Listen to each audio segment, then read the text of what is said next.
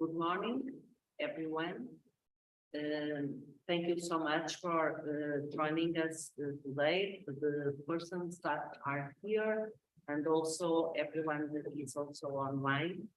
We are very happy and also very grateful with our speakers. And this seminar is a seminar that is being that was organized in the scope of a research project on young people, news and digital citizenship, and on young people, news and digital citizenship. And this is a project financed by the Portuguese Foundation for Science and Technology. And today we will have 5 presentations, and after that we will have a time for a discussion. And so the name of the seminar is YouNDigital. Let's talk about youth and the news. And our first speaker will be Irene Costera Meijer from Vrije Universiteit from Amsterdam, that will give us a talk on Let's Talk About TikTok. Thank you so much, Irene. The floor is yours. Thank you. You want to stay here? Yeah. Okay.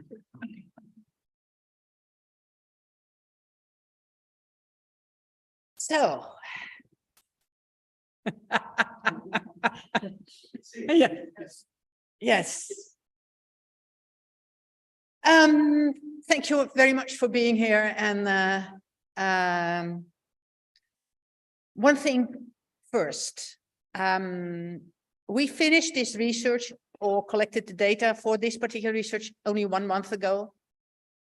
So these are very preliminary research results. So I please ask you not to take them too seriously. And if you tend to do so, ask me after the meeting, well, whether that's possible. But nevertheless, I hope they are useful. So we did it. Oh, why doesn't it work? Oh, probably that side. Oh, yeah. Other one? Still. I'm not sure whether this was the first one, but nevertheless, it is. Okay, we organized some research. We have a department who is specializing in audience research in journalism. And we were asked by the public broadcaster to find out whether and how young people used news through TikTok. And what we did was we organized interviews with them, and we started with a broad sample of 99 people from 2 age groups, the 18 to 21 and the 21 to 20, or the 16 to 21 and the 21 to 25. And NOS, that's the public broadcaster, asked us to do this because TikTok is also in the Netherlands one of the fastest growing news sources for younger people. And as you can see, these are data from Nic, who's sitting here in front and who will go over these data later on. It is reaching about 40% of this age group in 2022. And 50% explicitly say they use TikTok for news. And we wanted to know about one or the other things. What kind of news is it that they use TikTok for? So what news media are getting a little bit nervous because they think, okay, if younger people are moving to TikTok, then we have to move after them because that's what we do. If they move to Facebook, we go to Facebook. If they move to YouTube, we go to YouTube. If they move to ChatNet or Instagram, we go there as well. But if they want to go there, they have to learn the code of TikTok. So be platform specific, because your YouTube film, your YouTube movies, videos may not work on TikTok. So we wanted to find out, what does the code of TikTok imply? That is something that wasn't researched before, because the research predominantly centered on content. So what kind of content is produced, on production. So what kind of content is made, a users and gratifications approach. And what we wanted to find out is people's experience of TikTok, and not only news, but other genres as well. Okay, hope this works. So these are our research questions. How do young people use and experience TikTok? What exactly do they use it for? How aware are they of its algorithm? How does it fit into their media repertoire? And what role does news play into this? And does it play a role? So this is our approach. We did the interviews in February and March, 99 in-depth interviews in lengths varying from 30 or 40 minutes to 2 hours. They're executed by peers, so BA students and master students, and equally divided in terms of gender, age, culture backgrounds, regional backgrounds, and educational backgrounds. And in particular, also 1/3 had a bicultural background. What we used as methods was a WhatsApp diary, think aloud protocols, ranking exercises, creative questions such as, if TikTok was an animal, what kind of animal was it? And a graphical reconstruction of their own media day. So this is a media day. As you can see, one student did it, or not a student, but a scholar, a pupil, I mean. So this was someone who had breakfast at 11, and then before breakfast used WhatsApp and Snapchat, and then went on to TikTok for news, and then went up to Netflix, and then at 12 o'clock, again, Insta, WhatsApp, and Snapchat, also for news, and then Instagram, TikTok, Netflix at 15:30. Then he did the groceries. Then he did some cooking, and while cooking, he did Netflix. Then Netflix, TikTok, and Instagram while having dinner. Then Netflix and the news by doing the dishes. And in the end, Netflix with his girlfriend. So this is about what young people do with media, not only social media, but other media as well. So what exactly do they use TikTok for? Well, a lot of things, as you can see. Mood management in particular. I'm bored, I don't want to be bored for a while. For social interaction. Yeah, it looks nice, plus she is a friend, so it has to be, I don't have a choice. So it's out of necessity that you like it or not. As diversion and escapism, you don't feel like going to school, so then you just have to find something else to do because you just don't want to do homework. So then you go on TikTok and then you watch all these videos. And of course, also for inspiration, because it's useful content and you can learn something new. So book talks, interior decorating, a lot of makeup, and sports. So that leaves us to the question, at least that gives us the question, how social is TikTok? Because what we found is that TikTok was less a social medium than an informative medium. Yes, they did some social things on it, but they felt that they had to. It was not a choice, but they had to do that. So they had to, if they shared content, it was about sharing a world. Let's see whether I can. Here. And we call that fatty communication. So that's what someone says. We do have the same sense of humor, and then you're going to share that, and then I'll give you that moment of laughter. It's about giving the other the moment of laughter. You give someone a present. Making or posting TikToks, it's a hobby, but you have to be aware of the identity questions. You don't want to look foolish. So as a hobby, this one. The second time I made a TikTok was on a house night. We were drinking, we were having fun, and we wanted to go viral. Well, that didn't work out. And Mary said, then you are the person who recorded a TikTok dance. And that is just pathetic. But most of all, people used it for anonymous scrolling. So traveling on TikTok. And that's what most people said. I don't know any TikTokers whose TikToks I follow. These are all unknown people. And this is actually what is so good at TikTok. You can tune out for a while. You don't have to respond to your immediate environment. You cannot, you just are in a situation that you don't have to be responsive. And that's what young people do all the time. They have to be responsive all the time. So that's what Tamara said. Then it's just really that you forget the rest and just forget that you were just sucked into TikTok for a while as well. And a little bit less tune out is casual on.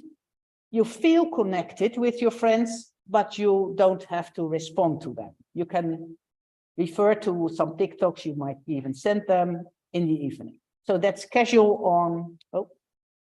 Yeah. Okay, andersom. So the casual on is feeling connected with your friends, but you don't have to respond to them. So what about the algorithm? People loved the algorithm. They gave it a 10 from 1 to 10. And if it was an 8, they blamed their friends for it because they sent them TikToks they didn't actually like. So yes, they love TikTok, a 10. And that's what people say. Then I'll lie in bed for an hour with TikTok. Then it's really wonderful. Just let my mind go blank. It's kind of like you can open a present every time again. Or you linger for a long time and that whole TikTok algorithm is so good. You only see things that you like. And of course, that's stickiness. And they are aware of that. But the algorithm is just, it's good enough to just get me to stick to my screen. They are smart. And they tweak the algorithm as well. So they make it even more 10-ish. The more I like, the more often they upload and the better my algorithm becomes, that site. And of course, they're also aware of the privacy questions.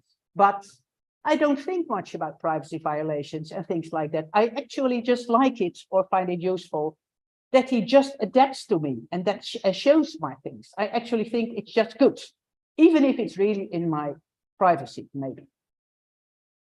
So privacy is not there. Oh, andersom. Well, oh, probably that's, no, yeah, no. Yeah, they also hate the algorithm. And in particular, because of its stickiness. You waste just quite a lot of time because you don't know exactly when to close the app. There isn't really an ending because everything is so short. So it feels like wasting time. I do use it the most, I think, also relatively speaking in relation to Instagram, for instance. But actually just really bullshit that I use it. I spend a lot of time on it when I could have done other things such as studying. And other people feel overstimulated. It's really, well, I like watching it, but I just noticed that it makes me restless. You know that meme about having 1,000 tabs open, right? That feels like it's in my head. Then I can't sleep. So they love it and they hate it. But in spite of all this, the love is bigger than the hate. So how do young people use and experience TikTok? It starts with a For You page. Then you come into a For You flow. Then it's organizing my TikTok, and actually you end up in a For Me page. Oh. So there is a huge satisfaction with their For You pages, high scores. Like I said, it's kind of like you can open a present every time again. Come on. No, I had the good one. Yeah. Then the For You page, it gives you videos that match your interests. I scroll in the For You page forever and hardly look at other pages within the app, such as following. And it's super big. So I'm often on the For You page than on the, more often on the For You page than on the Friends page. So I look at Friends page less. So this is what we call the paradox of pleasure. It's irritatingly funny. And they are aware of the tweaking possibilities of the For You page. So they experience TikTok as highly personalized, and they refer to the app as My TikTok. And the strategies they use are liking, sharing, watching, and rewatching certain videos. And actually, they create eventually a For Me page. So how social is TikTok if the For Me is so important? Oh, come on. Yeah. What role does news play into this? Well, first of all, they're opposing genre expectations. TikTok is unreliable, TikTok is positive, TikTok is inspiring, and news is negative. News disrupts the positive scrolling flow. News on TikTok is not informative enough, and news on TikTok is superfluous because you did see it somewhere else. So the unreliability of TikTok, the positive side of TikTok, the inspiring TikTok, the disruptive flow of TikTok, they all contradict with, they are all expectations that makes you wonder what news is doing there. But it can be useful. So for instance, what we ask is, does the unworthiness, the untrustworthiness of TikTok, does it have impact on the most trusted news brand in the Netherlands? And that's NOS, that's a public broadcaster. No, there is no spillover effect. NOS remains reliable, even if it's doing some good things on TikTok. So if there is a random account such as user 1519, yes, then you actually know that it's not 100% reliable. While TikTok, on the other hand, except for example, if it is from an NOS news platform, then it is of course a bit, they have looked into that or looked at it, and then you can know that it is okay, that it is reliable. And for one thing, growing up with NOS, so the public broadcast, creates familiarity, it creates trust. Yes, because I've been following them all my life. Yes, I've never investigated whether it's reliable. It is reliable, but if I look at the news, it's always NOS. And there's one point of criticism. NOS is described as Eurocentric, that they only focus on one part, like now, after that earthquake, Israeli missiles had also hit Syria, and you don't hear about it after that. So is there a TikTok code for news? Well, in relation to content, yes, there is. If you want to do news on TikTok, it should be inspiring, useful, personal, and it should give you a feeling of at home. Yeah, thank you. It should also be positive. So positive news, something that is going well, says Janine, in the world for once, that is sometimes nice. And it should be relevant to their everyday life, and they want to learn something new. It's also related to design. So it doesn't, the TikToks do not necessarily have to be short, but the feeling length is leading. So it has to feel short. It's also about moving images. It's about an enthusiastic voice. It's preferably a voiceover. And the best thing is it's a first-person testimonial. It's personal and it's authentic. So how is it relevant for news organizations? Well, first of all, the creator-first strategy. Don't do something that you already do on Instagram or on YouTube. Don't put that on TikTok. People will recognize, young people recognize immediately that it's not made for TikTok, and they think, okay, they do not take us seriously. It should be positive, it should be inspiring, and it should, first of all, be relatable. You have to relate to the content. It should be recognizable. Shorter. Shortest get them in the first seconds, yes. But after that, it can take a while. And then the coherence between design and content is even more important on TikTok than on YouTube or Instagram. So what I said, first person testimonials, experience, authentic, personal. Look at Vice World News. Well, Vice will not be there among us for some time. And then one of the things that they advised us to do, make it international. So make NOS, it's a Dutch broadcaster, so this is a very relatively small country. Give us news also from other countries or with subtitles from other countries. And also check young people's need for news on TikTok regularly. So use polls on Instagram. So don't ask them, but use polls, because these are anonymously, so you don't have to make yourself known. Okay, relevance for journalism studies. I think we should question whether journalism should be where the audience is. So should it be on TikTok? Not every platform may be fit for news and vice versa. So the algorithm prioritizes actual use, actual time spent, and actual likes. So if you follow something, doesn't mean that it also comes on your For You page or For Me page, as they say. So following a news organization or following a journalist is far less important than actual using news. So TikTok is less participative and less sociable than we as researchers expected it to be. So contrary to Insta or Snapchat or WhatsApp, there is no need on TikTok or no pressure to be sociable. So it's obviously, it's more like, it looks a little bit more like YouTube in that sense. You can still feel connected. You can still feel connected to the world, so to speak, but you don't have to do something. And some people, yes, some people like to make TikToks, but they do that predominantly as a hobby, and they share them only with intimate friends. So finally, TikTok may be less a social medium than an extremely well personalized version of YouTube.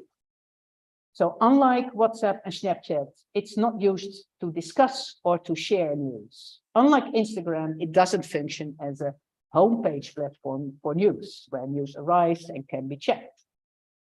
And that is because of the algorithm of TikTok. So For You page is a For Me page. It's about increased personalization. So that is threatening in a way how news essentially works. It should work as a sort of public knowledge or shared knowing function of journalism. The only way to make news relevant on TikTok is if you merge these contradicting genre and platform expectations. So make news that is made relevant and important for me. Okay, thank you. This was it within time.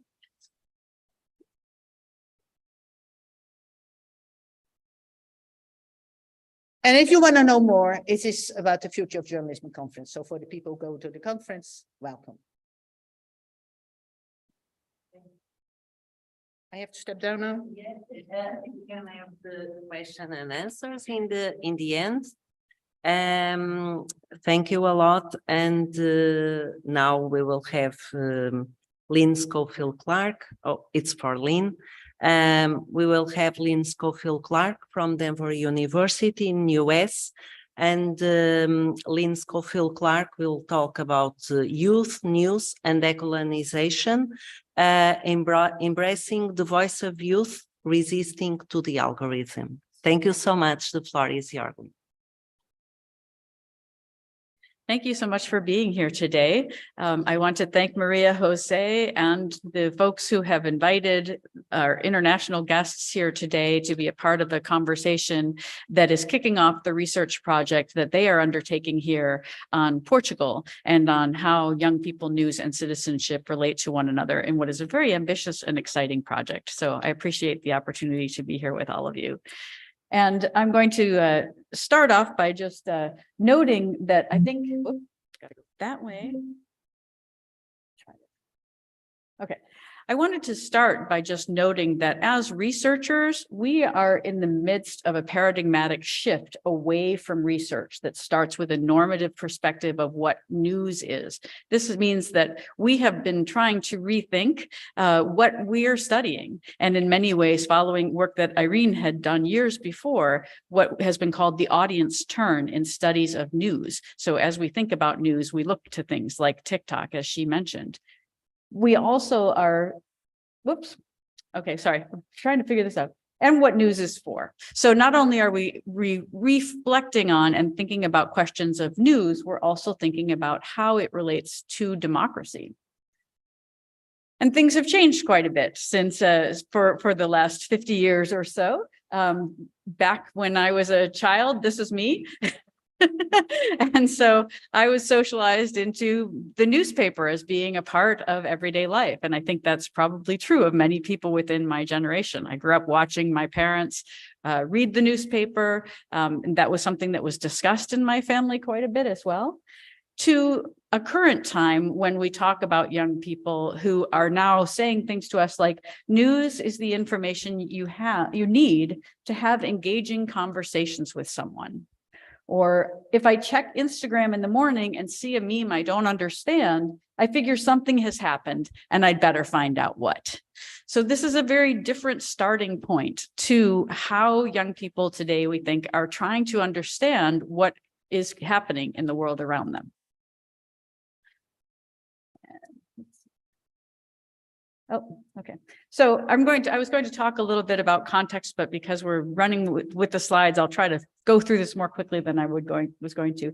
But I think through the panel, you'll hear quite a bit about the context that young people are experiencing today. And then I would like to speak a little bit about the patterns among young people experiencing marginalization in the United States, because as you know, there's quite a bit of polarization that has happened in the United States. And so some people are experiencing what they feel is a suppression of their voice. And that's influencing how the young people that I've been working with experience news. And then I'd like to talk about the implications and future directions. So one thing that we know as researchers is that research has confirmed a declining interest in traditional journalism among young people around the world, and more rapid decline than among adults. And this is research that has been found in a variety of places around the world. Secondly, as we know from Nic's research as well as others, social media use is much more prominent in news repertoires of adolescents and young adults than among adults, and this trend in the use is accelerating. And again, this is something that we're seeing in a variety of news or research circles on this topic. And third, young people are relying on themselves as arbiters of what and who to trust in relation to news. And this, again, is something that is showing up in research report after research report. So to speak a little bit about some of the insights that have come from my decade or so in research with young people. And I want to say that my work is now done quite a bit in collaboration with people who look more like the growing majority of the population in the United States. In other words, to say, I recognize that I am an old white lady, and so do most of the young people that I study. So I partner with younger scholars, particularly scholars who have been first-generation college students in their own families, and who then have gone on to pursue PhDs and to do studies. So out of that work, we have come up with a number of insights into the ways that young people, particularly young people who are experiencing marginalization because of their backgrounds in race, ethnicity, gender, sexual orientation, disability, experience their lives. So first of all, the young people that we work with see news as a white elite genre. And this is consistent with research that we've seen in a number of research settings as well. Secondly, that young people that we work with see algorithms as part of a white supremacist system. And what that means is that they recognize that coding happens by a largely white elite population, mostly male as well. So they recognize that these systems are somehow related to one another in relation to how the elite is defined. And third, There is an interest in news from Black, Brown, Asian, and Indigenous sources, and in what has increasingly been called by some people in the United States as reparative journalism. Reparative journalism being news or journalism that comes from within communities that people who are Black, Brown, Asian, Indigenous recognize as members of their communities. So there is interest in those sources, but that is not necessarily enough. That's not necessarily enough to counteract the overarching distrust in news and in social media institutions generally. So one of the things that my research has focused on for the last several years, and actually I learned yesterday that this is sort of related to a trend to increasingly raise questions about digital media literacy and how do we understand the ways that young people are making sense of the world. And so one of the ways that people have looked at this question of digital media literacy is through the lens of what is called participatory action research, when you work with young people as opposed to coming to study them. So this is when you encourage a discussion with young people about the things that concern them and about the changes that they wish to see in the world, news comes up, because they understand news, whether it's from journalistic sources or TikTok or interpersonal sources, as phenomena that allow them to learn about what's happening and that also provide an avenue for them to formulate a response to what is happening. And so in the projects that I've worked on and a number of others have in relation to this approach, we are not interviewing young people, but we're learning from and with them. And they're also learning from us as resource people. So we position ourselves as what scholar Maria Bakarjeva has called warm experts, who are adults who want to help them to say and do something about their concerns and could help them to utilize media, and specifically to utilize techniques of journalism to say what they want to say. And we think this is consistent with some of the research that you're also finding here in relation to the importance that young people place on feeling that they are listened to and that they are centered in the question of what is news. So I wanted to show you one example, and I hope that I can call on Marita to show this example. This is an example from a project that we did when we encouraged young people to use TikTok to share what they thought was news that was important and that they wanted to have their peers hear. So I hope it works. If you click on the link, yeah.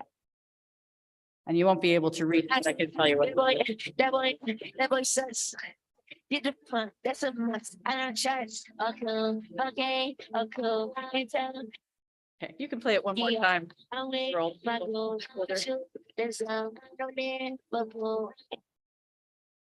If you want to play.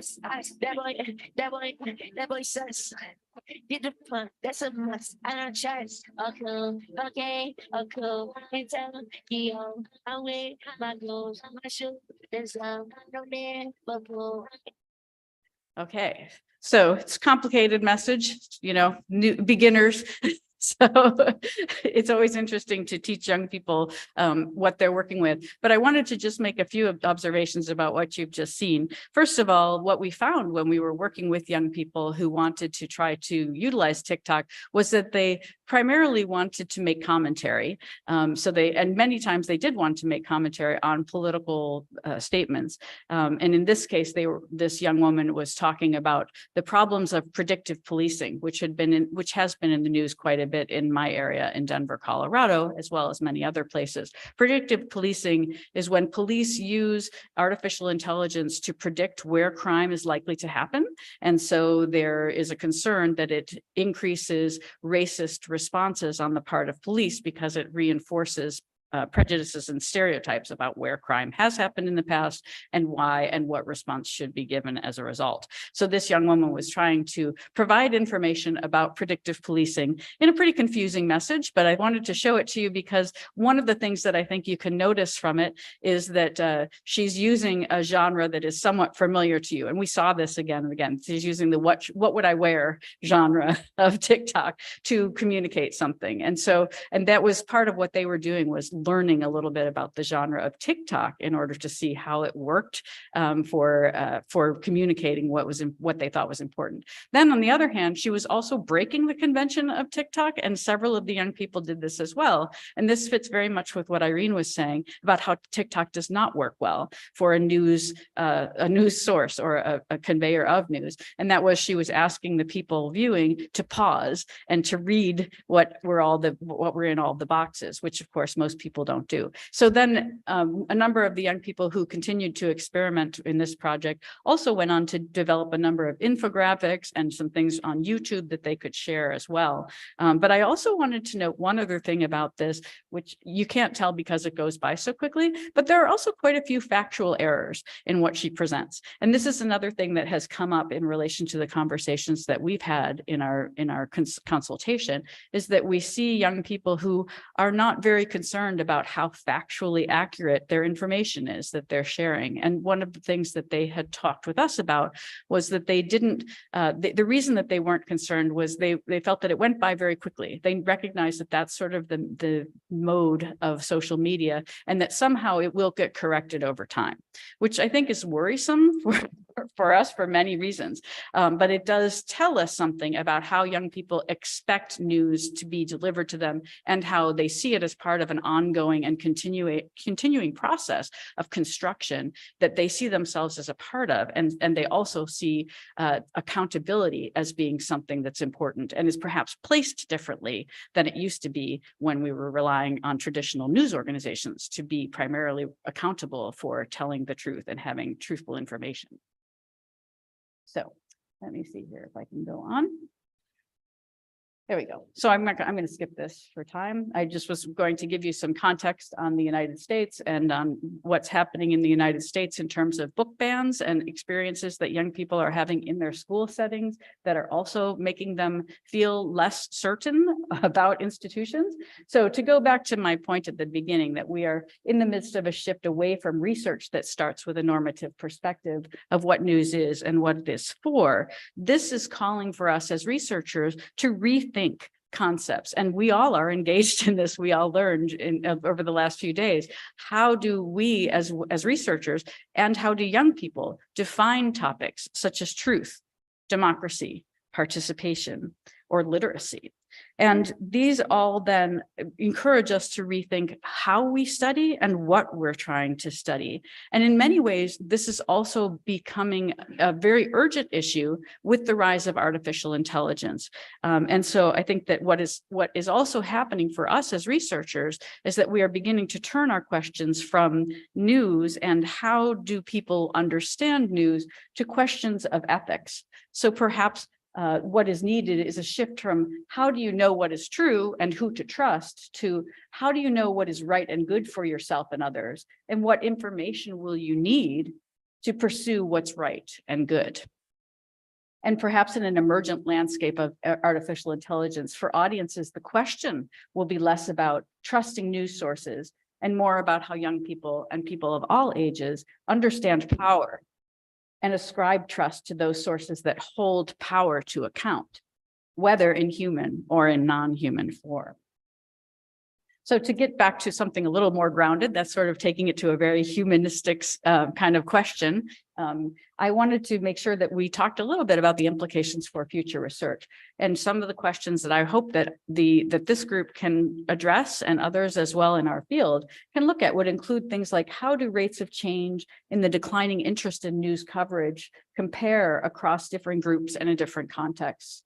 And do rates decline more slowly in places where critical media literacy is part of primary and secondary education? I'd like to see research like that so that we could make an argument for greater investment in critical media literacy in the United States, because we don't have that right now. And how do young people using news traditionally understood in relation to social movement activities? And in particular, how are they using it in the struggles against white nationalism?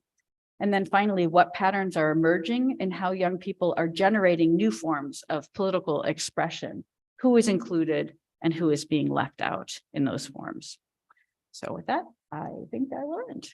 Thank you very much.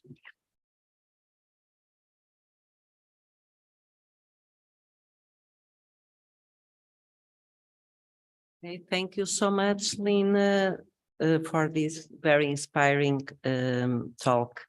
And now I will give the floor to Marcel Broersma from the Center for Media and Journalism Studies at University of Groningen. And Marcel Broersma will talk about what feels like news, young people's tacit and effective understanding of news. Thank you, Marcel. Well, thank you for having us here and for these great discussions in the last 2 days. So I think we actually, to get back to an old concept from television studies, we have a nice flow in the discussion, but also in the presentations. So we'll pick up on a few things that we discussed, and I think also on what Irene and Lynn have been telling us. See if it works. No. Other one? No. Goes back and forth. I hope we're at the right slide now. But I wanted to start with this quote by Alexander. And when we asked him how he decided what news about politics he could trust in the abundance of information he encountered on a regular day, he said this: I think, and I should have made the first thing also blue, I think you never really think about it until you're asked to think about it. When you actually look at all the different sources, it's a lot, and you never really think about it that much. This, on first sight, might be a rather confusing statement, but I think it points at various key characteristics of the current ecosystem for news and other information, and how young people navigate this ecosystem. And Lynn also named a few, and I'll might rephrase it a little bit. So I think one point is the dislocation of news. News consumption has moved from dedicated news outlets, from news organizations, to social media feeds, where news is embedded in all kinds of other content. Second point is emerging of genres. So news is only one cultural form among many other cultural forms in these feeds. And for young people, it's often hard to distinguish between them. Sometimes also irrelevant. And on top of this, there are increasing concerns about mis- and disinformation, right, in this point. Third point, news use is interwoven with other daily practices and routines in everyday life. It can shift between intentional and incidental and everything in between. And from a material perspective, news use has become more intuitive. Now, especially young people, but it goes for almost all of us, I think, we increasingly consume news on the smartphone. So knowledge is in our fingers, so to say. And finally, as Alexander also states, deciding what's news, right, to phrase famous book, shifted from news producers, so top down, to users, bottom up. So young people like Alexander have to decide time and time after each other, again and again, what's news in the information they encounter. And often they just follow their gut feeling, like Alexander does. Now, let me see if it gets back forward.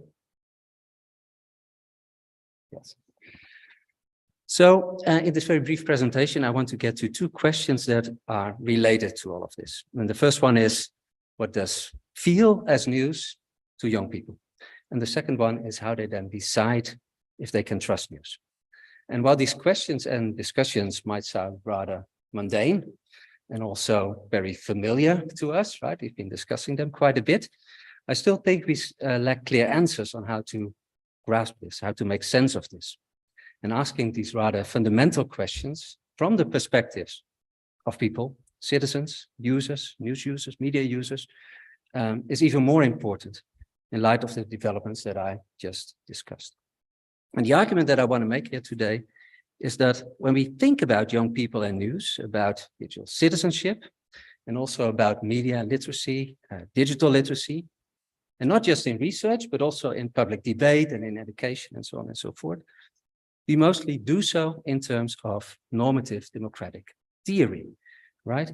Explicitly or implicitly, paradigms aligned with the rational choice model, in which news consumption is merely a cognitive and deliberative decision that people make every time again. It's a conceptual approach in which we, even when we study news from an audience perspective, that's done in the past decades, right, discuss news mostly in terms of text, representations, and content, right? In short, people use news because to them the content is important, it's relevant, it's worthwhile, and so on and so forth. You could come up with a lot of words from scholarship. And what I want to argue for is an approach that sees news use as a practice, first and foremost, as knowledge developing in action. People go to these media feeds alongside other practices and routines in young people's daily lives. And I therefore want to make an argument for focusing more on the tacit and effective understandings of news, and how young people deal with this in their everyday life, because it's complicated. Right, so get back to the quote from Alexander.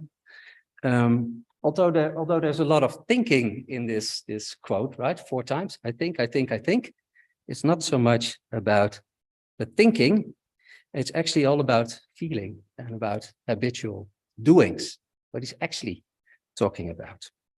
And while this is all pretty central in the work that I'm doing in Groningen, mostly with my colleague Joël Swart, we are definitely not the first or the only ones to make these kinds of arguments, right? For a practice-based and non-media centric or non-news centric approach, as Irene called it before, in audience research, right? And we call this most and foremost a user-centered approach. So we always start not from normative questions or from top-down theoretical questions, but from the perspectives, the experiences, and so on and so forth, from the people we study. So for example, here the work of Sean Morse is a big inspiration, but also studies from anthropology, from Sarah Pink. Not surprisingly also, we were in the same project for a while, for quite a while, so we had a lot of discussions about this. Also the work of Irene and Tim Groot-Kormelink, also at the VU. And to substantiate my argument a little bit, I want to ground it very briefly in 2 studies that Joël and I did. So the first one on the left is actually also one that you could hear more about on the Future of Journalism conference, because we've just finished it. The first one asks what young people actually experience as news on Instagram, a platform that is typically not really suited for news, right? This paper is part of a longitudinal research project. It's running since 2016, so we're in the 7th wave. And every year we interview about 75 young people from 60 to 25 years old. So now we have about 550 interviews in total. And we use a walkthrough and think aloud methods, and we walk with them through the social media feeds, the 3 most important social media feeds, observing when and how news pops up in them. And we don't define news for them. We just simply see, okay, where do they pause? Where do they get into? Where do they click on? What do they read? What do they consider important? So that's one study. And the second study, we did 55 in-depth interviews with Dutch and also international millennials between 18 and 30 years old, but the majority was between 20 and 21 years old. And we did so using 2 Q-sort exercises, in which our participants sorted different media formats in terms of the media they used most for political news. I said a little bit about it this morning, and the media they trusted most for political news. And what we consistently find in these kinds of studies, and that's, I think, not new, is that young people are very familiar with accepted, institutionalized discourses around and about news, right? That's explicit knowledge top-down, right? Knowledge from educations, parents, exposure to media, and so on, which makes that they can pretty well describe news as an accepted cultural form, right? They pretty know what it should look like. However, what they label as news, or what is labeled as news or journalism, does not always feel as such to them. So they know it, but they might not feel it. It might not be so important in that sense. And the other way around, what is emotionally experienced as news not necessarily matches these traditional genre distinctions. So that's an interesting paradox. So how make people sense of news on Instagram? So we have actually 5 patterns how people deal with that. So the first one is very traditional. So people say, or young people say, Instagram is not meant for news, and everything what is on there is not real news. That's one of the respondents said. It doesn't have any classic journalistic values. Instagram is fun, and news should be negative. News is not fun. So everything on Instagram, by definition, is not news. There's no news on Instagram. Then there's a second group that thinks in terms of compartmentalization. So they distinguish between different kinds of news based on perceived trustworthiness. So they use a prefix. They say, well, on Instagram, you have real news, but you also have social news, you have debatable news, you have fun news. There's all kinds of different news, right?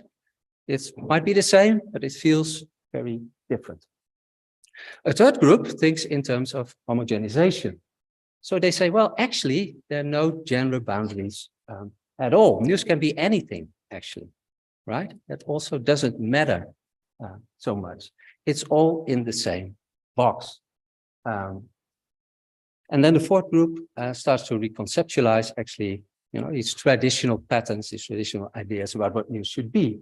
So they say it's very situational, right?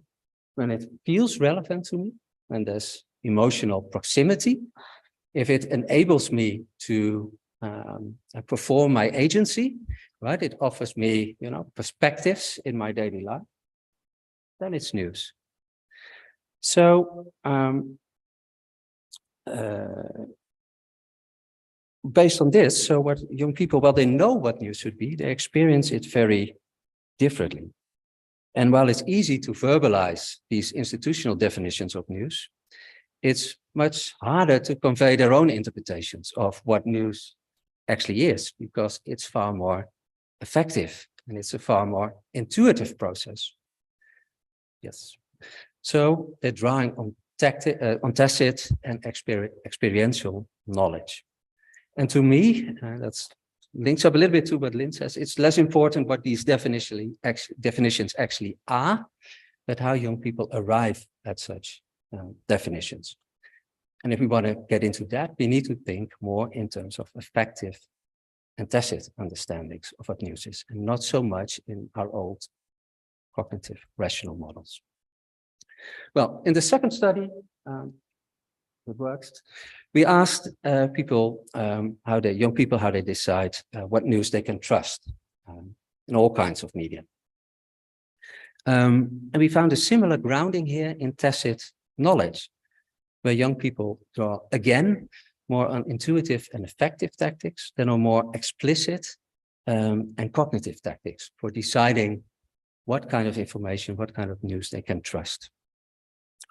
That's complicated because trust is usually considered a precondition for journalism public mandate, right?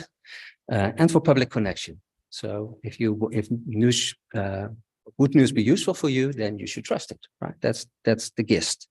Why would you read news when you don't trust it? Doesn't make sense.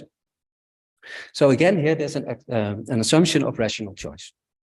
That people make a conscious decision when to grant trust or not to a piece of news, information, whatever they come across. And only when they believe the news, people will engage with it and act upon it to perform their citizenship. Well, what we show in this research and some other research that points in similar directions is that both assumptions are actually not true, right? For young people, and most probably also not for all other age groups. People use news that they do not trust, and they trust news that they do not use. There's a very big difference between those things, right? So when deciding what to trust, young people find it unrealistic to draw on more explicit knowledge It's too time consuming, it's too hard to do, it takes too much of an effort, and it might also be not important at all. So what they do is they use more practical shortcuts. And what we did in this paper, so we developed a taxonomy of tactics people use to decide what's true, ranging from tactics drawing on explicit knowledge, so that's the top-down knowledge, easy to verbalize, that you learn at school, to more tacit knowledge, hard to verbalize, more attached to feelings, to affection, knowledge that is embodied by people. And what we see is that the top two, so prior knowledge, so you have some kind of knowledge already about what is true, what has happened, and you refer to that, or cross-referencing, verification strategies, typically what we teach children also to do at school or in media literacy education, are hardly used in their daily lives. The other four in the middle, relate to brands or platforms as a kind of proxy. So Irene was referring to the NOS, that's very recognizable. So when it's NOS, it should be okay. All the way around. When it's on Instagram, it might not be reliable, it might not be trustworthy. So there's not much explicit thinking going into this or explicit decision making, but it's simply about brands and platforms as proxies for making decisions. And actually the two at the bottom are the most interesting and also the most used. So the one is presentation. So if it looks like news, it should be news, right? So content, even look at the content, but more at what it looks like. And the last one, simply intuition, gut feeling, right? This could be news, this should be news, think it could be news, but not really any explicit checking. And that relates to this quote of Marco, who says, yeah, you can kind of see it, right? I do not know, I would not know how to tell you how, but like you can see it. Like I mean, there are alarm bells that start ringing when you first read it, and then like you just look around, and if you notice that a news outlet is not reliable, then you can, yeah, well, you just notice it, right? Not very conscious, not deliberate, not rational, not drawing on any cognitive knowledge. You simply know it. It's kind of embodied knowledge, not on your in your fingers in this case, but maybe more in your underbelly. So interestingly, there's also a pretty large group that doesn't fit into these tactics. That's the group that believes that trust in news as a more cognitive category is not important in itself, right? It's simply not relevant to know what is true. It's also not possible to know what is true. They don't believe in the rational paradigms that underlie journalism, right? Objectivity, all the stuff. But instead, they believe in subjective positionality, in which personal experience, beliefs, and emotions are essential. And I think that links a little bit up to what Lynn was saying about more ethical perspectives, right? So to conclude, I hope that I have shown very briefly why we should take this tacit and effective dimension of news use far more seriously in research than we already do. Because, in the words of Arjen, news is more about what's related to what might affect me, right? We need to move beyond the paradigm of normative democratic theory and top-down rationales for why journalism is important in our thinking about journalism, but also in digital citizenship, which is even more in that normative democratic paradigm, and media or digital literacy. So Lynn was pointing at doing more critical media literacy. My take would be the more critical media literacy we will do, the more it will backfire. So the more they will distrust news. I think this is important. This whole approach is important for our understanding of how young people deal with news or newsness, to quote Stephanie Edgley and Emily Fraga. But it also has practical consequences for journalism, and also that relates to, my comment on critical media study, media literacy, for how we teach media and news literacy. Thank you.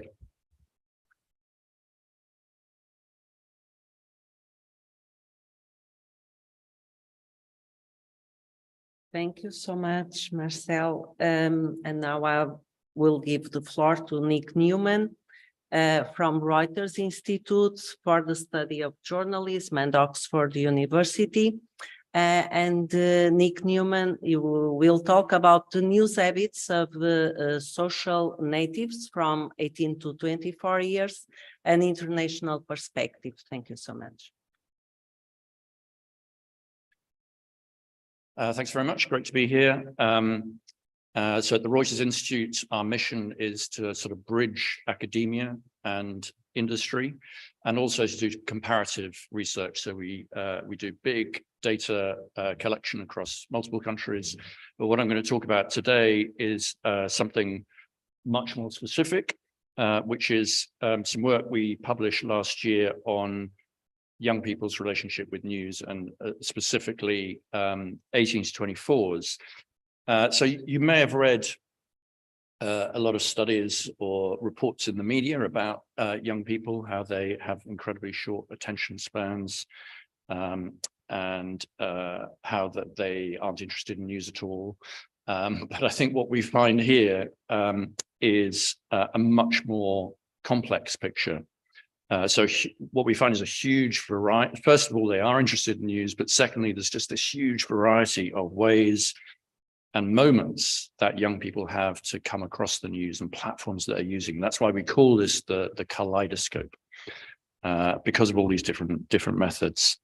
And we focus on this group of under 25s because we find in the quantitative data we do that this group is, fundamentally different. It's grown up in this always-on digital, mobile, social world, and so news is different. It's more participative. It's always with them, and so they display very different approaches and behaviors, which we can see in the quantitative work that we do. Of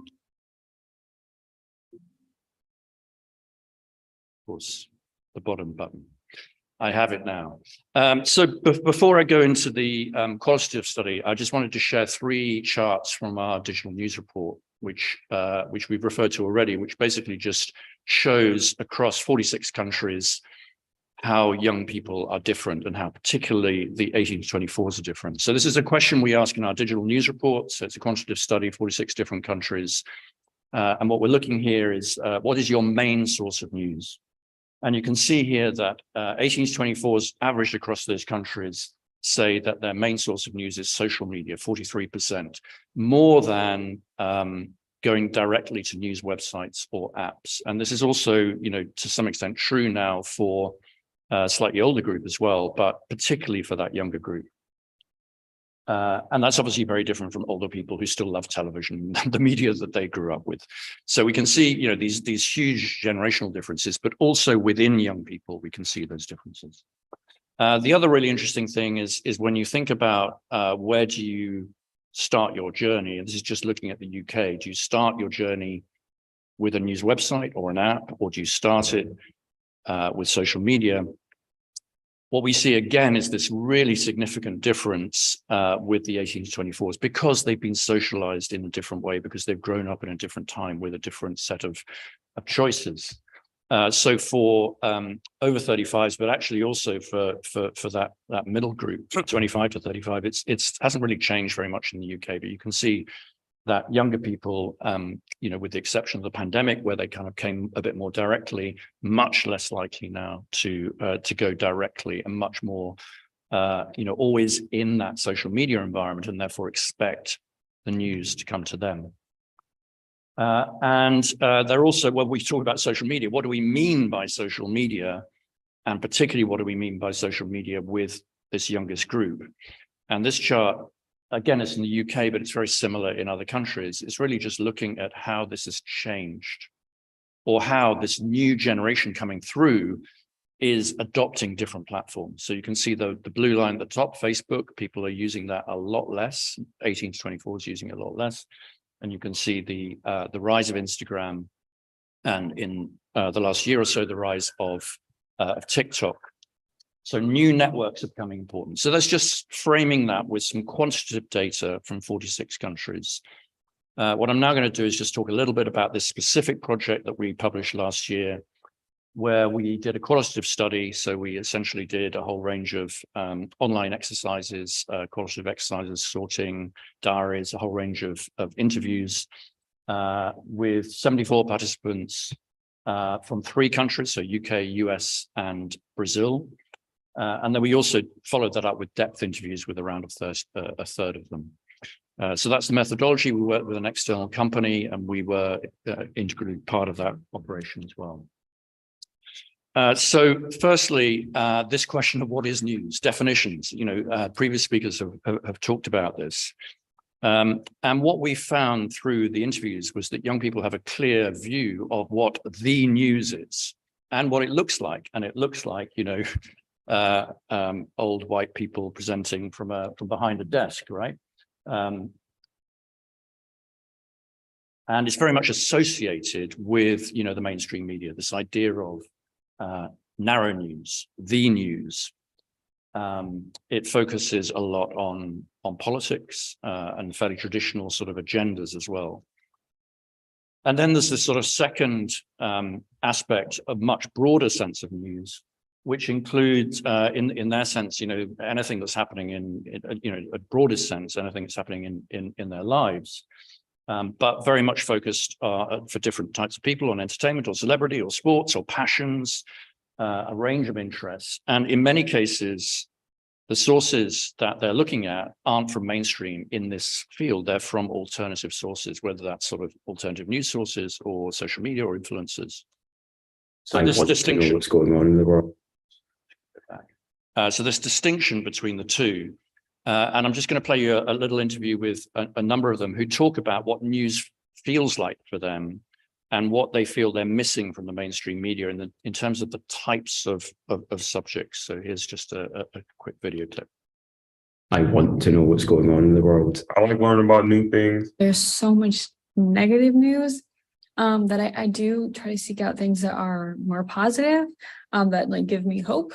Especially the alt news is a large entertainment factor. Formado em psicologia, então gosto muito de ver notícias relacionadas a isso. Disease, like genetics, biology, all that. Love that stuff. I'm a big fan of finding out about the new types of technology that comes out, such as new cell phones, laptops, video game consoles, movies, anime, games. Artists releasing new music, doing a new tour, like fun things like that, I guess. So, I mean, a huge passion there, right? This is, young people are interested in stuff, right? They're interested in things that can make their life better or are really going to engage them, but it doesn't necessarily relate to what they see in that box with those traditional broadcasters. So what we found is we've just segmented this a bit more. So this idea of people have a sense of, young people, of need to know news. I need to know it because it's really important, or I need to discuss it with friends, or other people will be discussing it. And that's very much linked to the narrow news agenda and the mainstream media. And then you have this sort of section of personal interest, passions, as I say, sport, or things that are related to their hobbies. There's a very long tail here, and podcasts and other things have really satisfied, I think, a number of these hobbies in a way that traditional media hasn't been able to do, and blogs and other things. And then this idea of fun or diversion, which again, others have referred to here, and I think is also relevant when it comes to things like TikTok, although passions also relates to TikTok, right, in terms of book talk and other things that people are really, really interested in. So I think this is a sort of a helpful way of thinking about different kinds of media that people see. What was interesting is we did the research and we were doing the study before the invasion of Ukraine, and then the invasion of Ukraine happened. So it was really interesting because we were talking to people who had no sense of what was going on in Ukraine, weren't really following it, or most of them weren't following it. And then suddenly it became need to know news, overnight became need to know news. So what did people do? And what we really saw people changing their habits. I mean, in real time, we saw people going to news websites. We saw people turning on the television, which is, young people never turn on the television. We saw young people turning on television. And definitely looking for reliable news, looking for those reliable sources of, a mainstream news brand as a proxy for trust. And, this is a sort of story that I really need to know is trustworthy. You found people, going out and looking for reliable stuff. So finding, and for a time, listening to a global news podcast, in this case from the BBC.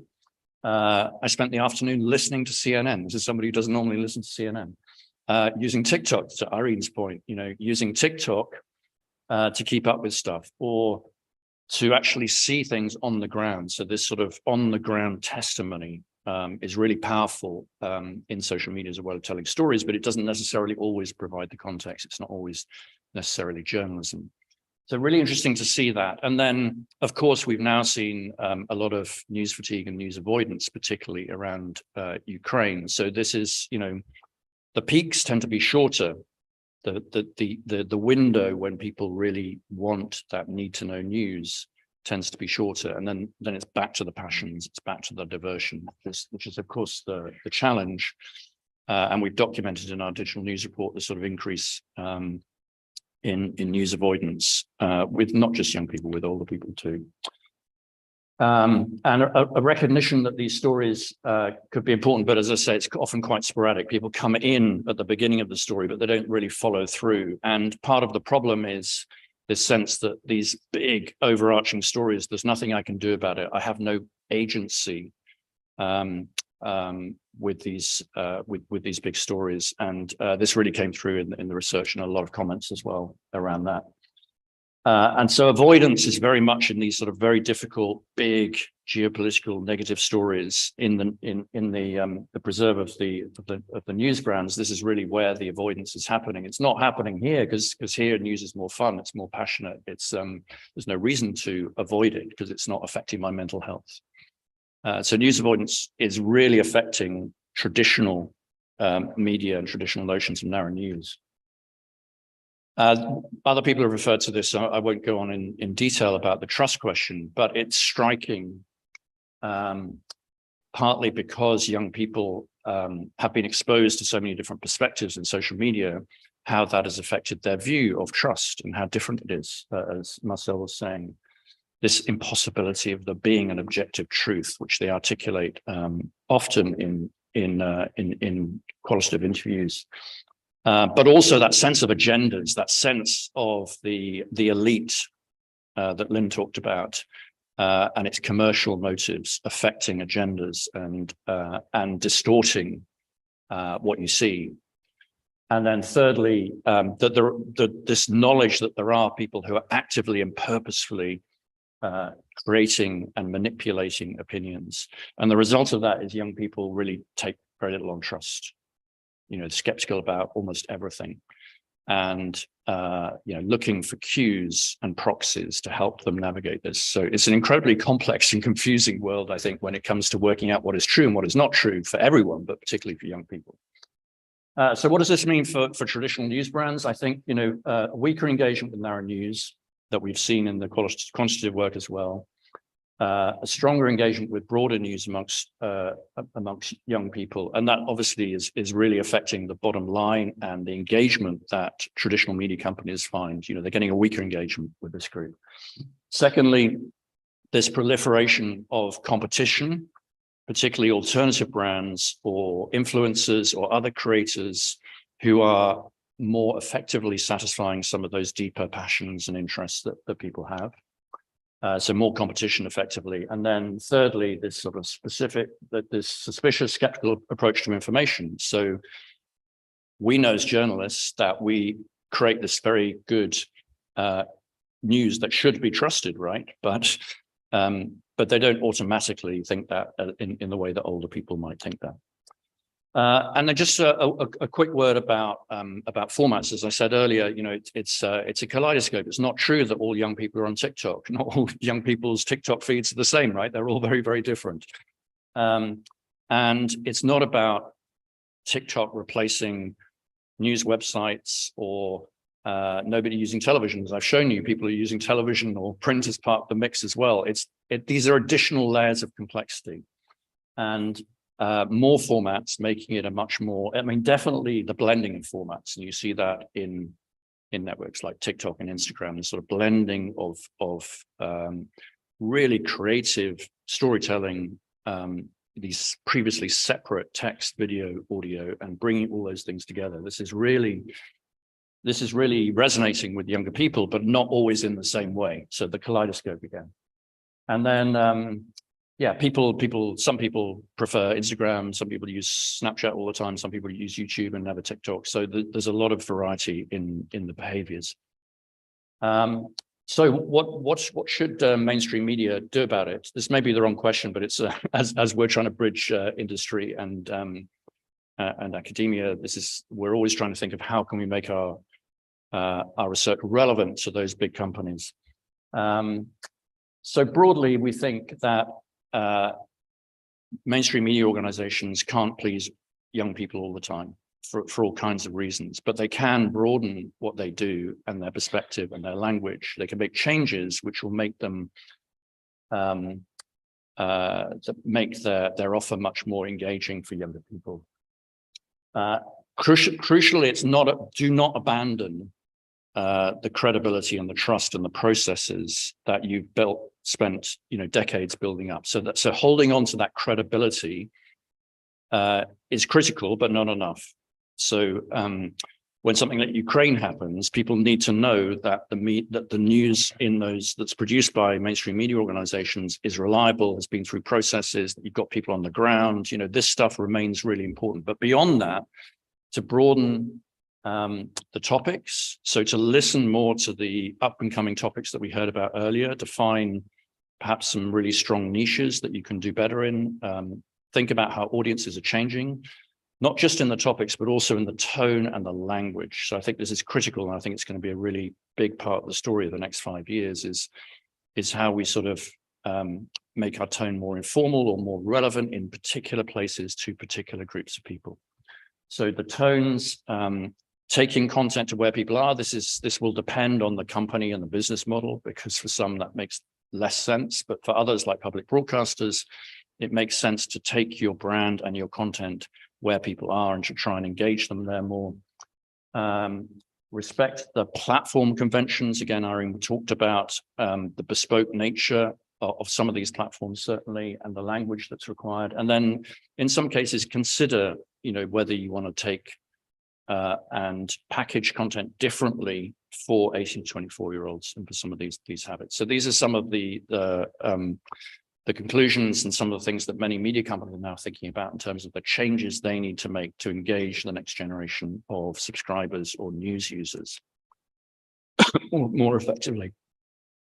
So that's just a very quick look at the report, which is available for free on our website. You can download it. There's much more in there. As I say, it's complicated, the kaleidoscope. Thank you very much.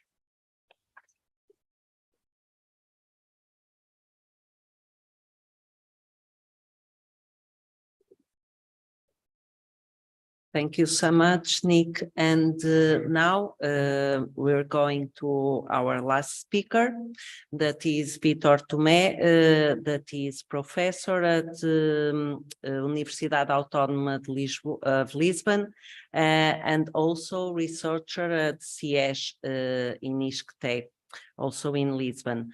And Vítor Tomé will talk about the role of journalists in media literacy projects and practices. Thank you a lot, Vítor. Okay. Good morning, everyone.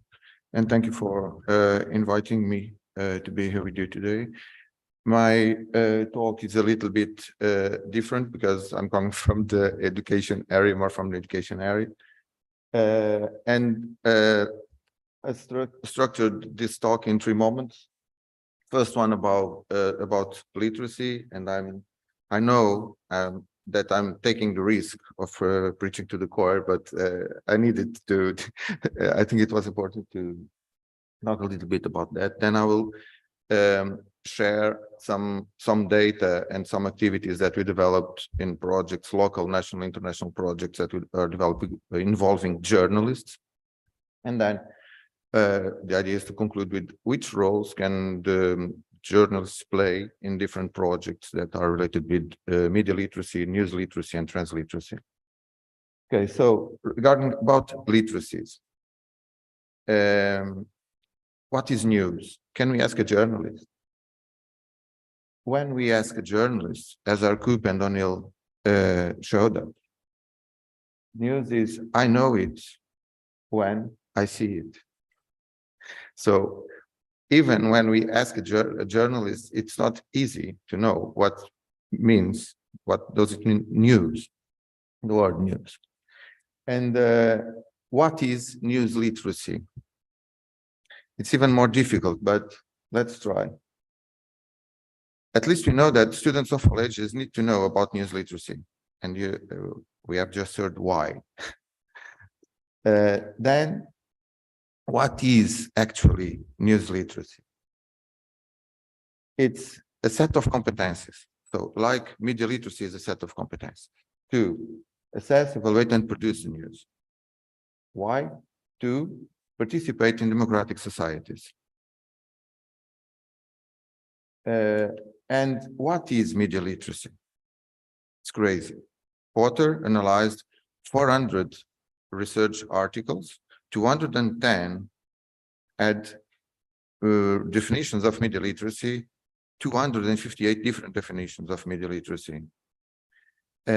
One of the definitions, that is the ability to assess, analyze, produce, and disseminate information through the various forms of media, was referred 45 times, 18%.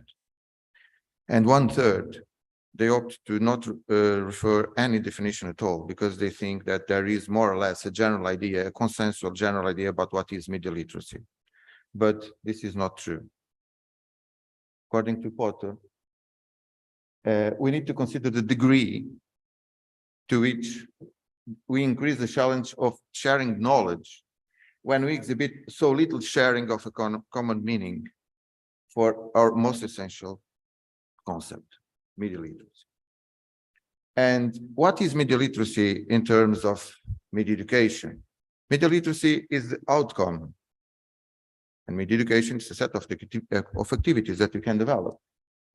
But where is media literacy within media and information literacy? Media literacy is over there on your left, and news literacy is on the top. But we have 23 different literacies, so it's crazy. Then, what is media and information literacy? It empowers citizens with critical thinking, of course. It's really important, this set of competencies. Of course, it is important. But the thing is, how can we train people, all people, in media information literacy?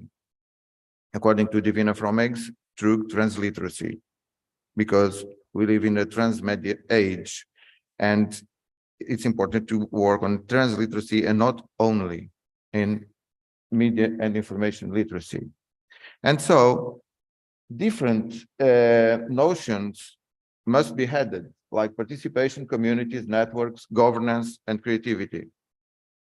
And who is able to teach media literacy? According to Oxman and Points, a media educator can never know everything about everything. And so, to teach media literacy is to adopt the necessary humility of a Freirean educator who is willing to teach in order to learn. But let's go for some projects and to know about some projects that we are developing with journalists, with teachers, with students, with very young children. Starting with a local project that is called Digital Citizenship Academy, funded by the Carlos Gulbenkian Foundation. In Lisbon neighborhood, north of Lisbon, parish of Caneças and Ramada, the idea, can we develop the media literacy levels of very young children, working with families, communities, and out of school contexts, starting from the school. We follow an intervention model developed by Sefton Green, March, Erstad, and Fluid. This is the intervention model. Then I can explain it to you because we don't have time to do it now. And in 2015, we trained teachers. We started training teachers. The idea was, okay, let's train teachers in new media literacy. But finally, we started with digital citizenship education. In 2018, we trained some of them were the same teachers in social intervention through media. Then on media literacy and STEAM, science, technology, engineering, arts, and mathematics merged. And now in 2023, we are working with them in empowering communities and trying to replicate this project in other communities, in local communities. Some aspects and some outputs. 2016, one of the outputs, they were not talking with each other. Teachers, parents, and students about media, about news, about literacy. So we decided to start a printed school newspaper. Why? Because 10% of them have no access, internet access at home, and we wanted an inclusive project. This newspaper is still being published. Now, in 2017, okay, may we, sorry, how can I go back? Okay, no worries. In 2007, can you play the video? Please, thank you. Because after the newspaper, we started the Cusco TV, how we call it, the body TV. Várias reportagens sobre o mundo dos alunos e jornalistas da Escola Básica Rural de Esquerda. Olá, eu sou. E hoje quero contar-vos as notícias de uma menina que morreu no Brasil com 9 anos, assassinada. O homem não explicou porquê e ainda estou a resolver essa situação desde outubro do ano passado. Onde é que tu viste esta notícia, Diana? Na TVI. E tu costumas ver notícias na TVI? Sim. E noutros sítios também? Sim. Conta-me lá, por que escolheste esta notícia? Chamou mais a atenção. E por que te chamou assim mais a atenção?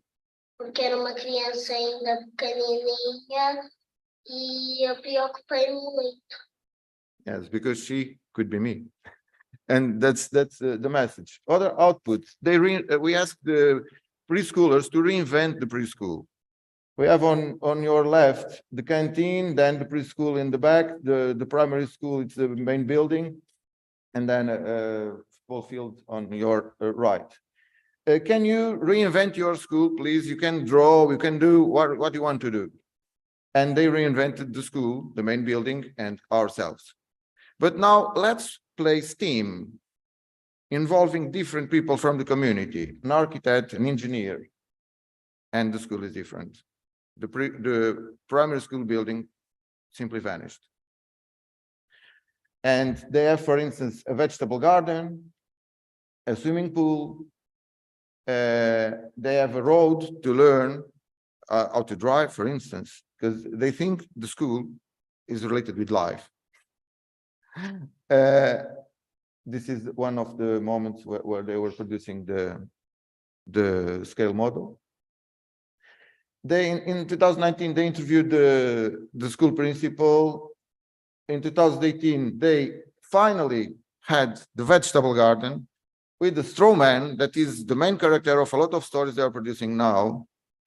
And they are trying to change even the area around school.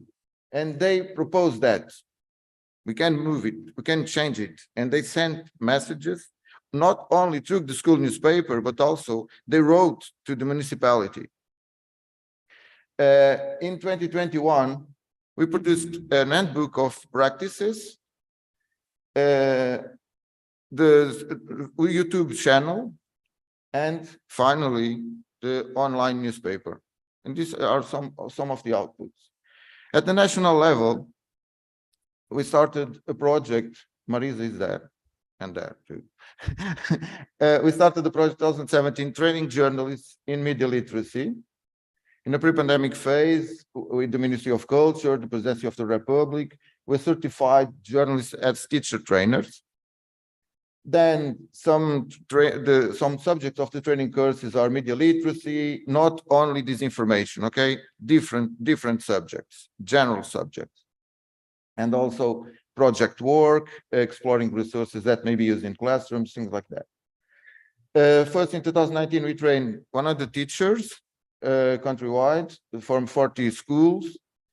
During the pandemic stage, we had just started training teachers in March, and it was incredible, but okay, we have to stop. So we have to retrain the journalists because we didn't know how to train teachers online. And we decided to produce a website, and we were able to train those teachers, 160 from 60 schools. This is our website. It's a website from an NGO that we started in 2020. We mean 160 journalists around in Portugal, professional journalists. Some project numbers: 160 journalists, 19 in service teacher training so far, 300 teachers trained, 100 school projects planned and developed since 2019, and 5,000 students involved. What we have learned: adopted and tested the intervention model. It's key, like train the trainees in online learning, produce data collection instruments with teachers and students, involving all of them, encourage teachers to tailor media literacy school projects instead of replicating projects from other schools, and make journalists available not only during the training, but after the training to monitor, to support, and to improve the project. At the international level, now we are working with iVerify. iVerify is one of the hubs of the European Digital Media Observatory. It's from Portugal and Spain. These are the hubs. It's too small, I apologize for that, but there are 14 different hubs. iVerify has 12 universities, 5 fact checkers, 6 research centers, and 2 countries. And one of the main activities, we have several main activities, but one of them is promotion of media literacy initiatives. What are we doing? We, the journalists and the trainers, we produced an educational model. We were involved also in the production of the guidelines for teachers and educators that have been published by the European Commission in October 2022.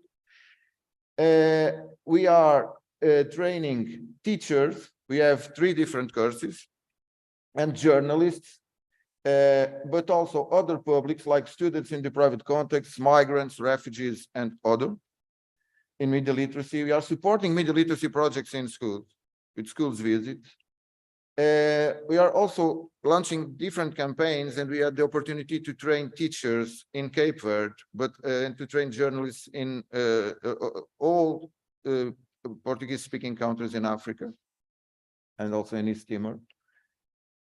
We are producing also a special number of the scientific journal Observatory from ISCTE, from Obercom.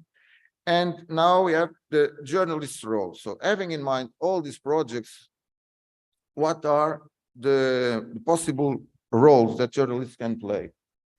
So first, as professionals, they can report on media literacy. They can report on the projects.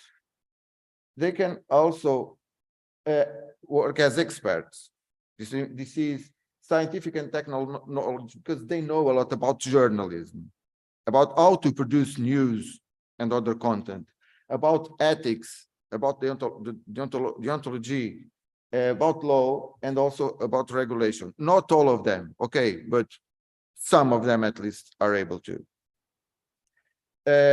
Then as trainees, because journalists need training not only in media literacy, but also in tackling disinformation in other areas.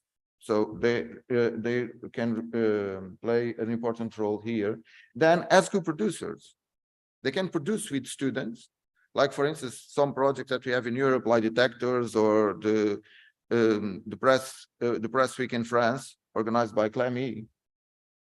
They can also play a role as training course designers, because they produce the courses and they validated the courses with the journalists and with teachers in a verifier and media literacy and journalism project. as trainers, because they can train not only journalists, but also teachers, students, and other. And finally, as researchers in the field, of course, but also publishing and writing applications. That's all. Thank you very much.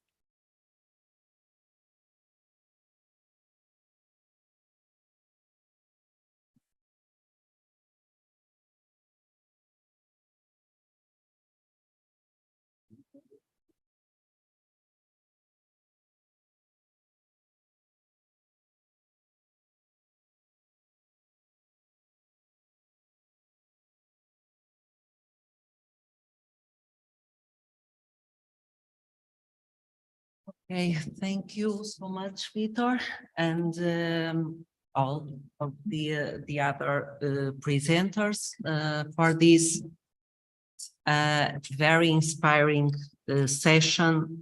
Maybe we should have had prepared this panel first and then reflect 1 week and then come back to the project meeting.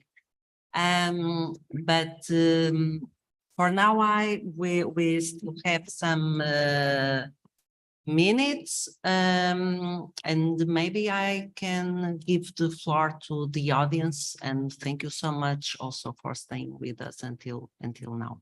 So, any question from the audience?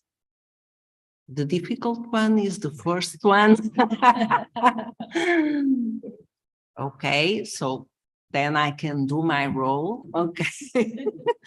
So I don't have really a question, but maybe some small reflections, and then you can, if you feel that you want just to return.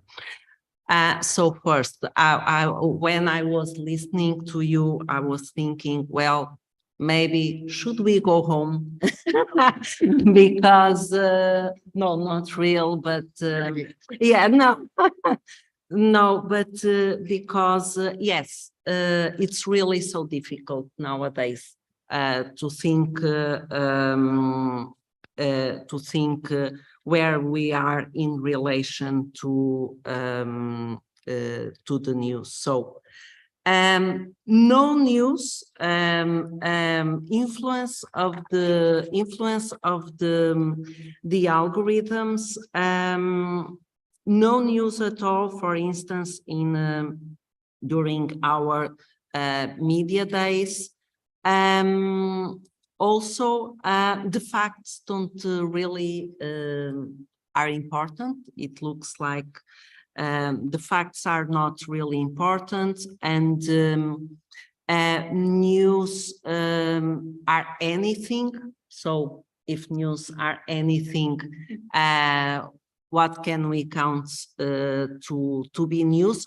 And it looks like we had an idea of what is social media, but maybe not anymore nowadays. So also the question, what is social media? And also in relation to that, so then we cannot rely on TikTok, because we were aiming that we could find TikTok as a good space for news, and then we don't have it also. And then in the end, and in the morning, during yesterday, I was also thinking about this idea of me, myself, and I, that keeps coming to our discussion, and also in the end here with Vítor, and almost going back to the beginning, how critical literacy and how media literacy leaves us. So I don't know if this is depressing enough or if not, but And I told you this was not really a question, but I don't know if any one of you wants to reflect. I can have a go. Oh, I'll have a thank quick go. you so much. I'll try and be quick. So I think you've raised, you've raised a number of interesting points. I think just on the point of, should we all go home? I'm not pessimistic, partly because, in the video clip that I played, I just see a lot of passion in young people and they want to change things. And it's just not true. A lot of the stereotypes that we have about young people are not true. So I think the challenge is, how do you get attention? How do you keep attention? And I think, journalism needs to change. It needs to be much more audience focused, which is a point, a number of people have made. I think we need to reflect the changing nature of what's going on so that it's not just about text. We really need to think about creating these multimedia or blended experiences. And I think that's going to be a big part of the story. And then the whole social media change, I think, is really fundamental. We're moving from this world of these legacy platforms like Facebook and Twitter, which will still be around, but this sort of post and click back to a website model is dying. You see that with Vice News and BuzzFeed, and it's being replaced by these sort of blended models in networks like TikTok and Instagram and YouTube Shorts and others. So, we're not exactly sure how this is going to play out, but it's a fundamental change. And then on top of that, we're going to have artificial intelligence changing the nature of search, which again was the referral model that got people to go back. So the complication is, how do you get people to go directly to brands and build relationships with brands in different ways? And I think that's the big challenge. Thank you so much, Nic.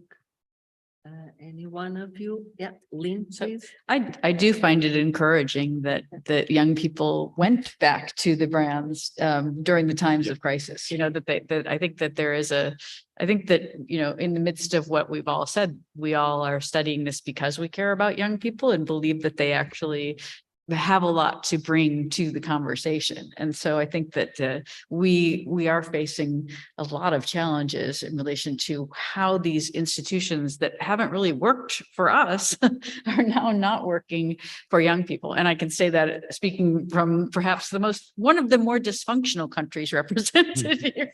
So, but I do think that there's so much room for us to have conversations across different contexts. And so I think that's something that I really appreciate about this session, that we're able to talk with one another and to learn from each other about these backgrounds and different situations. And so I'm kind of with you, Maria Jose, that I just have a lot going on in my mind to try to organize. So, but thank you all for being such great presenters. Shall I say something? It's also a little bit of point of perspective, right? So Nic is more departing from the perspective of journalism. And the question is, so what is journalism? Is it an industry that we should help? It is, but it might not be, the most important thing to help an industry. It's also an institution. And it has an important task in society. And one thing that is very interesting, I think, and also a little bit worrying, in some countries more than in others, is that these institutions are more under fire. So that kind of shared knowledge that we have, that more kind of explicit knowledge that there is in society, to some extent is eroded, but also compromised, and sometimes deliberately compromised. And with journalism, we also see that with academia, we see that with all kinds of other institutions. And then the big question, the interesting question for this, and I don't want to be too pessimistic about it, I think it's rather interesting and fascinating to study, is, okay, what will then come into place, right? And I think from that, with that idea in the back of our minds, it's important, yes, journalism as an institution is important, but maybe for us, not the starting point. To simply start with, how news, information, that kind of ideas start in the daily lives of young people. in this case. What did I want to say? So that's I think we should start there. How they make sense of things and issues, and then we could start thinking, okay, how does that relate back to the institutional issues that we face? But I think it's incredibly important to start, from the perspectives of these young people. And what comes to mind with me is actually a concept that Lisbeth van Zonen coined, I think 10 years ago. It never, had a great takeoff, which is epistemology, right? So we make sense of the world from our own perspectives. And I think this kind of epistemology, which is related to this more tacit, effective, more experiential, individual sense-making process, is becoming more dominant, right? And that's an interesting question, because then how does that epistemology, so starting from me, myself, and I, relate to this more institutional epistemologies about, creating knowledge about the world, because that is what journalism in the end is for, right? Making sense of very complicated issues around us.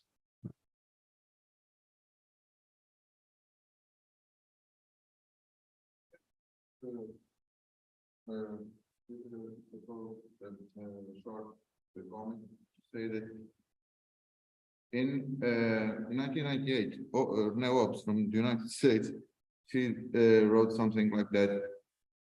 Media literacy is teaching about media, or means teaching about media in addition to teach with it. And teaching with it. And this is important today, because I think that media literacy is not against journalism or in favor of journalism. Media literacy is a set of competencies that we need, okay? And that journalists need, that everyone needs. But the thing is, what we need now, not only in Europe, but at the global level, we don't have scientific evidence that all the activities that we are developing in the media literacy area really work. And this is a huge problem. That's it. Thank you. I have a question. Yes, thank you.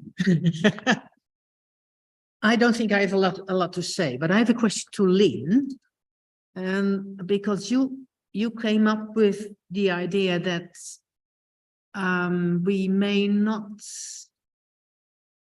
want or have to put a lot of emphasis on the question of trust, but that a more important question should be about ethics. And ethics,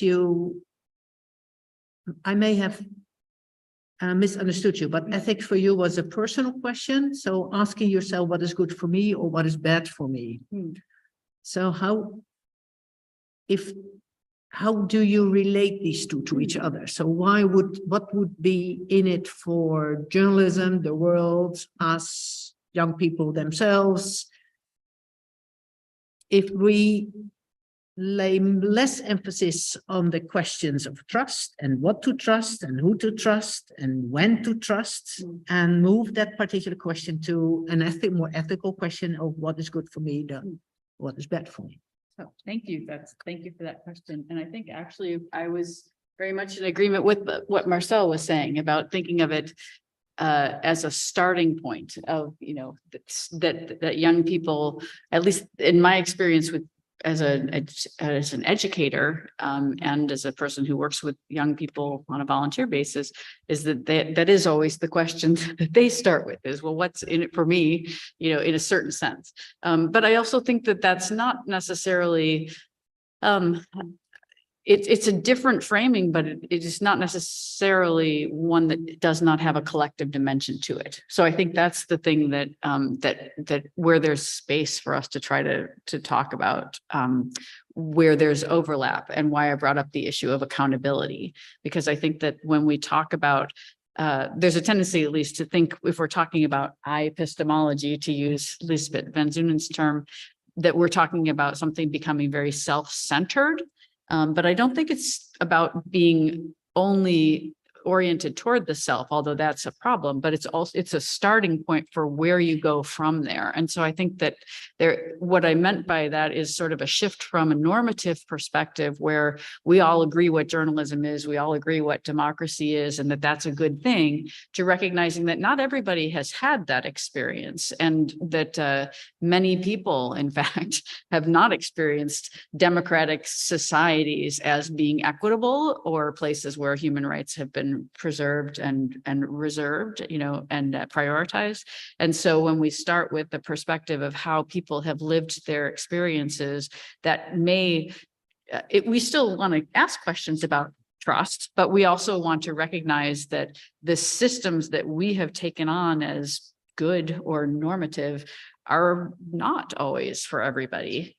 So, and that's an epistemological shift then that happens, I think. So, and that's why I think there's interest now in looking at different epistemological approaches within journalism, and even why people within journalism are grappling with issues of how do we move away from objectivity to recognizing biases and the ways that people talk about what they know and how they know it. So, because I think that's also part of the issue that we have to grapple with is that we talk about a lot, I think, is this issue of how do young people come to understand things and understand the difference between opinion that is not well supported and opinion that is evidence-based. And to me, that's part of trying to do that, is making that shift to helping people to recognize this as an ethical issue, that there's something at stake in terms of how we define what is true and what is not true.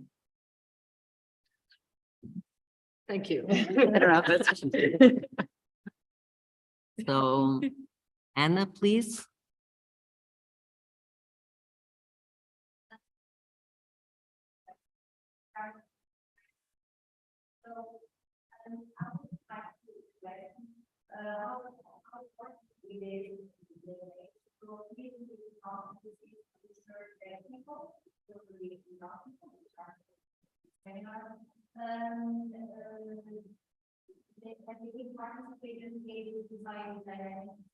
And also how important it is to understand media creation and community is so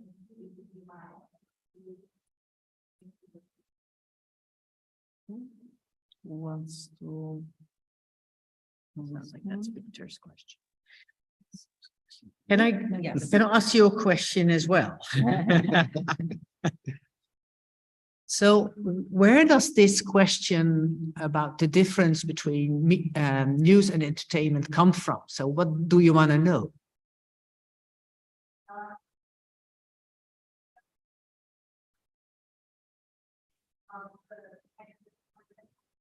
And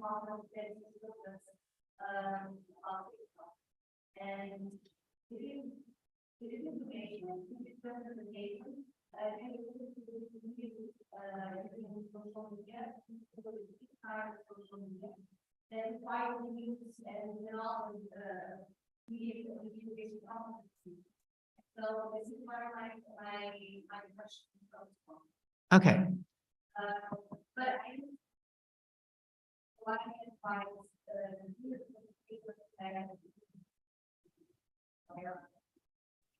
I I think there's a difference between what is, so the genre conventions of news and entertainment, and what is entertaining and what is experienced as informative. And genres and experiences are blending, and they have, and actually that is not a new thing. So for a lot of people, politics is very entertaining, in particular for journalists. So what is informative and what is amusing or entertaining is not something you can sort of split into neat categories. So if journalists talk about politics, then it is a very entertaining conversation. So, and if it's not entertaining, it's boring and they won't be interested in it. So so you can't say beforehand, this is entertainment, this is news, or this is entertaining and this is informative. In particular on TikTok, people won't think the genre conventions of TikTok is that it should be entertaining. If it's not entertaining, it cannot be informative because people won't listen to it, but people won't use it, people won't see it. So this is if it's not entertainment, then it's not TikTok. And entertaining is then a verb, so it should move you. It doesn't have anything to do with that. It may be completely serious, but it should be entertaining. It should be doing something to you. So the question is, I think, more complicated, or the answer is more complicated and raises more questions than it answers. But maybe this is an answer.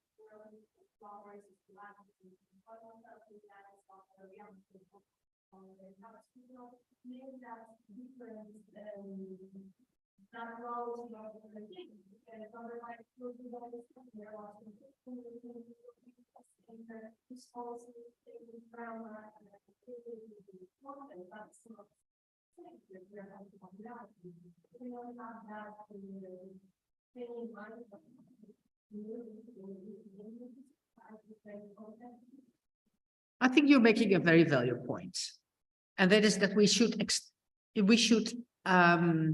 make the discourse about news and about entertainment much bigger than it is.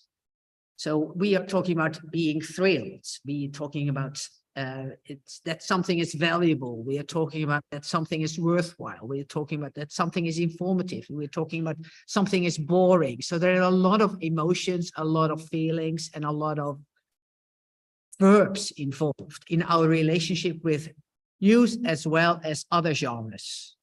So in terms, I think you are making a very valid point, and that is we should enlarge our discourse about what we think is valuable about news and entertainment, because entertainment can be valuable as well. So a lot of people get their knowledge from soap operas. And it's not, we can't dismiss that as invaluable or not relevant, because it's not about reality, or it's not about the news. So you get your norms, your ethics, your behavior, the way you should relate to your husband, your children, your grandparents, your peers. You get that kind of ethical discourse from soap opera, for instance, or from other kinds of detective dramas. So drama is very informative about how we behave in the world, but we don't call it news, but it is very informative. So this is about enlarging our discourse, not in terms of particular genres, but in terms of what it does to us, what it teaches us, how we learn us. And I think I agree with my neighbor, Vítor, that this is about talking about, yeah, maybe not literacy, but media experience. So I very much of putting that word, media experience, more central in our research interests. So thank you.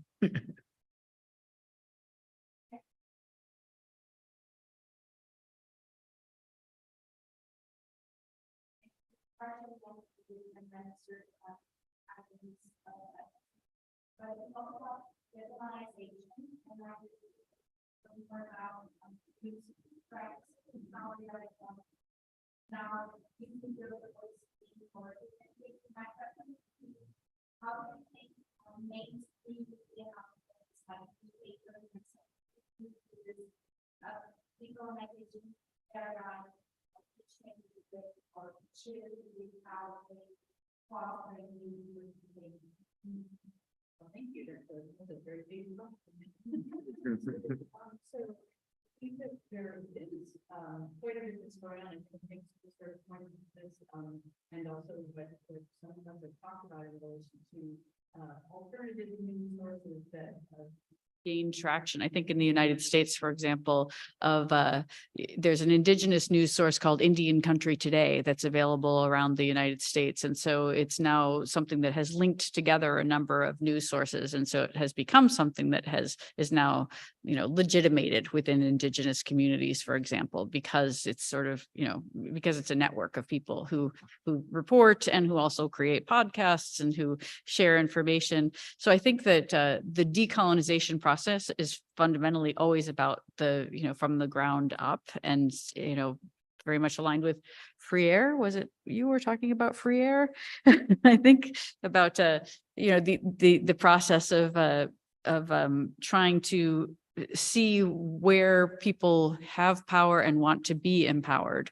So I don't know if I'm getting to your answer exactly, but I think there is a lot that's happening within journalistic circles. And I would say that journalism knows that many of the mainstream journalism organizations recognize the problems of the past and are trying to address that by increasingly hiring diverse staff and trying to cover, diverse issues.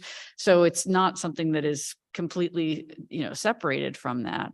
I think that it is one of the priorities increasingly, I think, as we become more globally aware, I guess, in terms of how we're going to interact with each other.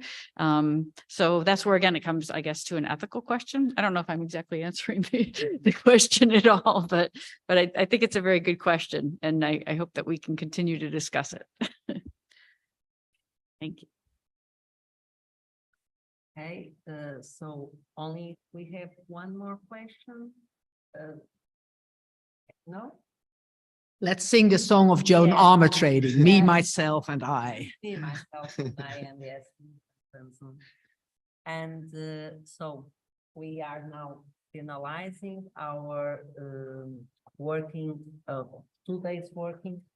And thank you so much for the audience, and thank you so much for all of you for the inspiration today and also yesterday and today in the morning.